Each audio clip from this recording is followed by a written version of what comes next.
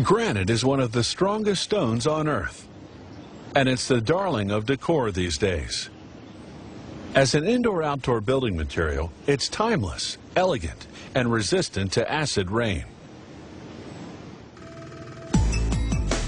Nature's granite factory lies many miles beneath the Earth's surface.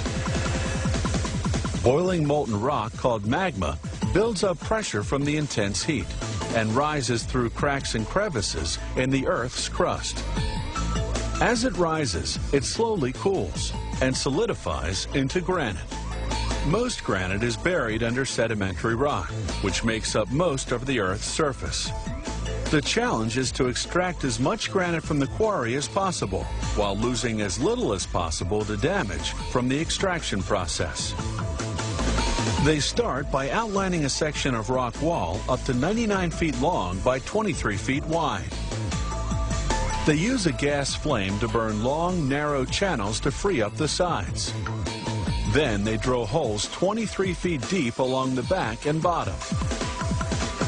They feed explosive cables into the holes.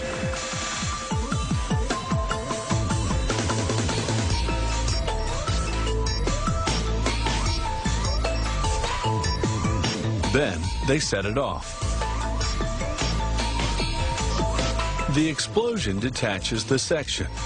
They then use a combination of drills, steel pegs, plates, and wedges to cut it down and cut it down further until they have rough blocks measuring 10 feet long by 5 feet wide and 5 feet deep, a size the granite factory can handle.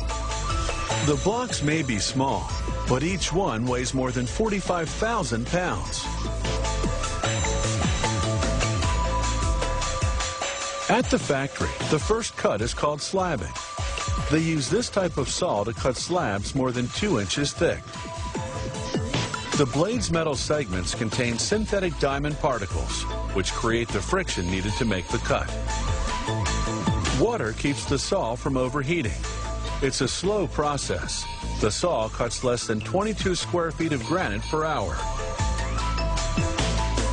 They use a gang saw to cut slabs thinner than 2 inches, to make kitchen countertops, for example. This saw has steel blades, tense enough not to bend under the pressure of cutting, and calibrated to cut as straight as possible. The gang saw cuts at a rate of about 86 square feet per hour. It takes 3 entire days to cut through the rough block.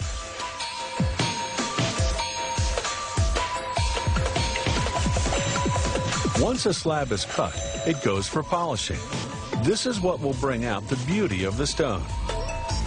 The polishing line has 19 heads, each of which has 6 bricks that polish by abrasion, like sandpaper.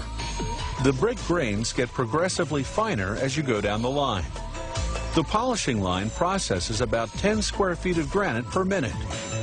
For a high gloss finish, a slab goes through all 19 heads. For a semi-gloss finish, it goes through just the first 10 heads.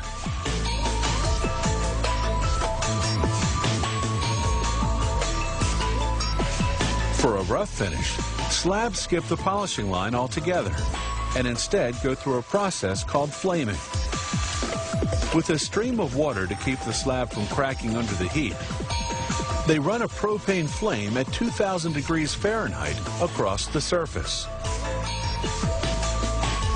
This intense heat makes the quartz inside the granite explode, creating a rough surface.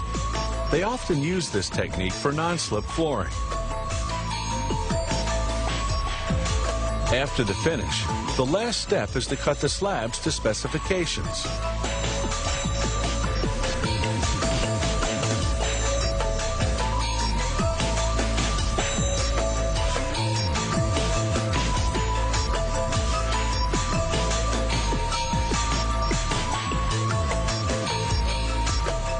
Granite is composed of various minerals. They're interlocked like pieces in a jigsaw puzzle, giving the stone its trademark speckles and its remarkable strength.